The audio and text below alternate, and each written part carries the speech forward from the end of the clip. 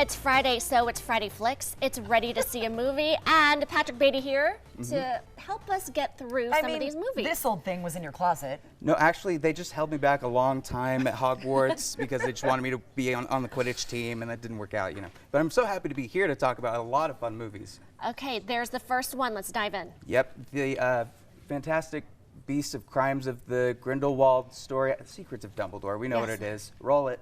Newt Scamander is back. We've got Eddie Redmayne. We've got Jude Law back as Dumbledore. This is very much a centered film as opposed to the previous two that didn't really have a main character. The first had Newt, but then the second film had about, you could look at the poster, there's 30 people on that poster. You don't know who's who.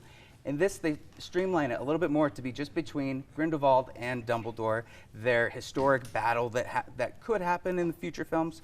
But I think this does a better job of trying to tell a cohesive story.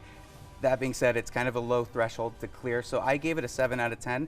For Harry Potter fans, it might be worth checking out. I mean, this is the movie of the weekend, right? The one everybody's talking about. Can you dive in with this one, or do you need the background of the others before? You know, it's interesting because it really just becomes its own film the more they choose to focus on Dumbledore instead of Newt. So it has a little bit of that, but it feels like its own trilogy in a way. It's strange. Patrick, see it or skip it? I would see it. You would see it? You would see it. Okay, I love that. Okay, let's jump into the second film. Yes, Father Stu. Now, this is about a famous, he was a boxer that turned into a minister, had a few health concerns, and this is Mark Wahlberg's probably best acted film. Let's roll it.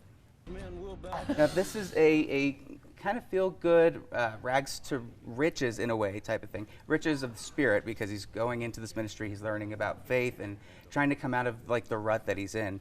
For Mark Wahlberg, this is a very well-acted film. Mel Gibson's in the movie. Say what you want about him with, you know, all this stuff. We haven't seen him in a long time. No, not in many films. I did one about him being Santa, and it was terrifying, but this one, I think it's really a middle-of-the-road type of film. If you're interested in something that's a little more faith-based, it might work for you. For me, it didn't necessarily hit the high marks it was hoping to do, so I gave it a 5 out of 10. I like to see Mark Wahlberg transform his body in almost every single movie that he does, and he had to get really fit for this one, right? He was in The Fighter. What other films is he going to be boxing in? He says he gets up at 4 in the morning to work out every single day. See it or skip it? I would probably say half and half on this one. Oh. But Wahlburgers is great. See, right? I'm a fan of it. I'm a fan too. So, okay, third film. Okay, third film. So this is actually an Apple TV Plus show. It's called Severance. It's from Ben Stiller, starring Adam Scott. This is a very fascinating concept. What if you could separate your brain so that when you go to work, you have no recollection of what happened and you only have the memories of the time that you're outside of the office? Is that something that you guys would do? Interesting. That is weird. And he was in Little Big Lies, wasn't yes. he? Yeah. Oh, in Parks and Recreation. I'm a fan of his. He's really funny. And in this, it's a serious, kind of dark sci-fi thriller, kind of like Black Mirror.